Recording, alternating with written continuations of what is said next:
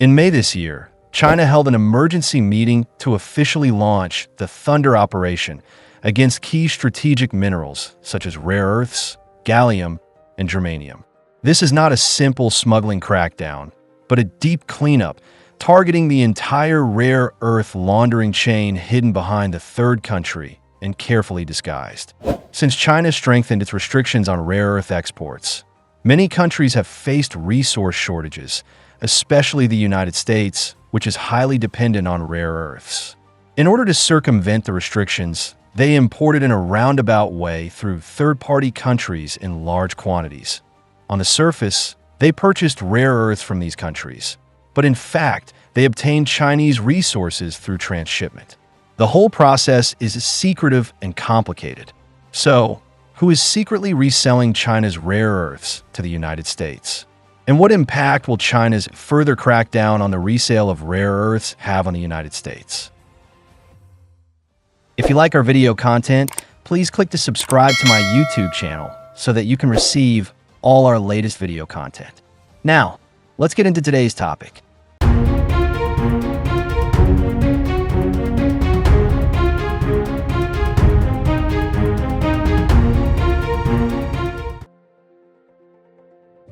Rare earths, known as the vitamin of modern industry, play an irreplaceable and key role in various high-tech fields. From chip manufacturing to military equipment to satellite navigation and new energy technology, the core components of almost every important link rely on the support of rare earth materials. It is no exaggeration to say that whoever controls rare earths will have the initiative in future science and technology and strategic industries. In this global rare earth game, China is undoubtedly a key player with an absolute dominant position. At present, China's rare earth production accounts for about 70% of the world's total production, and its refining and processing capacity accounts for more than 90% of the world's total, almost monopolizing the upstream links of the entire industrial chain. According to data from the United States, China's current proven rare earth reserves have reached about 44 million tons, accounting for nearly 49% of the world's reserves, ranking first in the world. In just 4 months from January to April 2024, China exported 18,000 tons of rare earths, almost equivalent to the total annual exports of other countries in the world. For the United States, which is famous for its military strength, its dependence on China's rare earths is far beyond the imagination of the outside world, especially in the field of defense industry. It is estimated that up to 87% of the U.S. military supply chain needs to go through the key link of China's rare earth processing. The U.S. Mineral Resources Report also confirms this. From 2020 to 2023, about 70% of the United States' rare earth compounds and metals rely on imports from China. In 2023 alone, the United States imported about 9,680 metric tons of rare earth compound from China. By December 2024, this figure was still as high as 982.59 metric tons, accounting for nearly 97% of the total imports that month. These figures clearly outline a reality. As long as Sino-US relations remain stable, the United States' rare earth supply chain can be guaranteed. However, this delicate balance was completely broken this year. On April 2nd, 2024, the Trump administration suddenly announced the imposition of reciprocal tariffs on more than 180 countries and regions around the world, among which the tax rate on China soared directly to 34%, causing a considerable impact on China's foreign trade.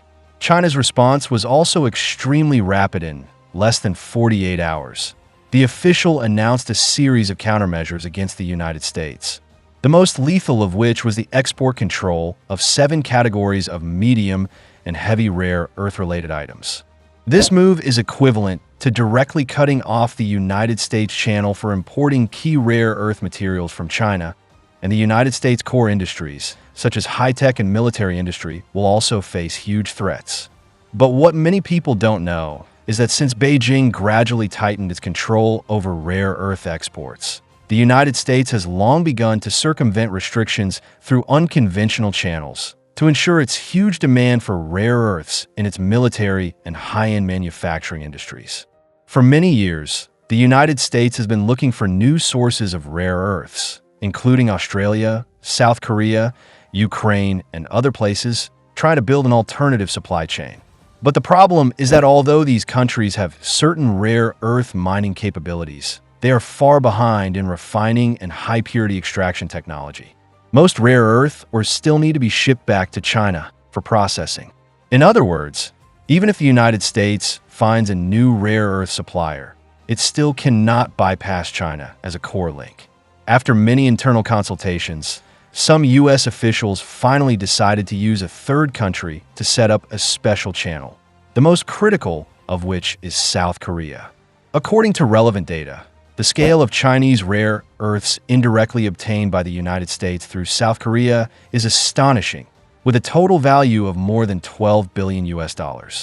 As far as I know, Samsung of South Korea once secretly transported about 320 tons of rare earth oxides to American companies, and these rare earths were disguised as cosmetic raw materials for export to bypass supervision.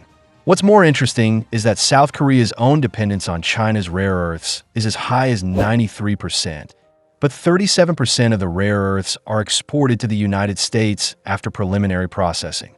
Samsung's latest S25 mobile phone advertises the use of environmentally friendly recycled rare earths, but in fact, 80% of the raw materials are smuggled from the Gray Channel on the Sino-Mongolian border. However, this operation did not last long before it was discovered. Chinese customs found anomalies in the rare earth export data in the first quarter of 2025. The number of rare earths imported by South Korea from China soared by 137% year-on-year. But the problem is that the growth rate of South Korea's domestic battery, chip, magnetic material, and other industries is less than 5%. On the contrary, military equipment exports to the United States increased by 213%. This shows that South Korea is likely to import a large amount of rare earths from China on the one hand, but on the other hand, it quietly launders these materials and sells them to American military enterprises at high prices. It is worth noting that as early as late April this year, China's Ministry of Commerce named and warned several large Korean companies, explicitly requiring them not to circumvent rare earth export controls through disguised re-export and other means. Immediately afterwards, Chinese media also exposed a major smuggling case involving gallium, revealing a whole black industry chain of packaging name change plus third-country transshipment plus false reporting of use. In fact, in addition to South Korea, the UK is also suspected of reselling Chinese rare earths to the United States. According to the information I have investigated, the UK has recently frequently complained that China's rare earth export approval is too slow and even threatened to disrupt the global supply chain. This accusation seems reasonable, but it is actually full of contradictions, because China added 3 new rare earth export companies on May 14th, explicitly requiring companies to explain the use of rare earths and strictly review companies that may resell to the United States. It is not difficult to see from here that the UK is also likely to be a key transit point in this gray chain of rare earths. Moreover, after the U.S. military industry fell in a crisis due to the shortage of rare earths, the F-35 stealth fighter production line was facing shutdown and urgently needed to purchase rare earth from China through a third party, while the UK increased its purchases of rare earth from China. Data shows that in the first quarter of 2025, the UK's imports of rare earth magnets from China surged by 40%, but the domestic manufacturing demand accounted for only 15%, and the remaining rare earths were likely to flow to U.S. military factories. But what makes people curious is that China's further crackdown on the resale of rare earths. What impact will this have on the U.S. military industry? As China continues to strengthen its control over rare earth resources, the U.S. military industry may face a devastating blow. The Pentagon has long conducted sand table simulations, and the results show that once China completely cuts off the supply of rare earths, the production lines of most U.S. weapon systems will not last more than 3 months at most, and will be forced to stop production due to the shortage of raw materials. From the F-35 stealth fighter flying in the sky to the nuclear submarines swimming in the sea, almost all of them rely on the support of rare earth materials. For example, each F-35 fighter needs to consume about 417 kilograms of rare earths, which is about the weight of 2 adult brown bears.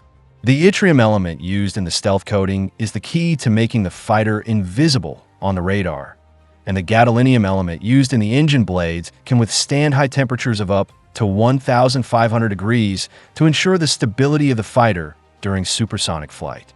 Without these rare earths, the F-35 worth hundreds of millions of dollars is just a pile of scrap metal. Looking at the Navy's nuclear submarines, a Virginia class attack nuclear submarine requires up to 4.2 tons of rare earth materials. The sonar system relies on erbium to accurately capture weak underwater sounds, and the propulsion system must use rare earth permanent magnets to achieve silent navigation. The core materials of these high-end technologies are almost entirely dependent on China's supply. Once they are cut off, the U.S. submarines may have to regress to the level of World War II. In fact, Trump has also thought about getting rid of his dependence on China's rare earths. He once proposed a plan that sounds high-end, to mine on the seabed. But the problem is that the United States' deep-sea mining technology is at least 20 years behind China, and the target water depth is 5,500 meters. This level of engineering difficulty is comparable to landing on the moon. Subsequently, the United States placed its hopes on overseas mineral sources, trying to break through Greenland, Ukraine, and other places, but ended up falling into another pit.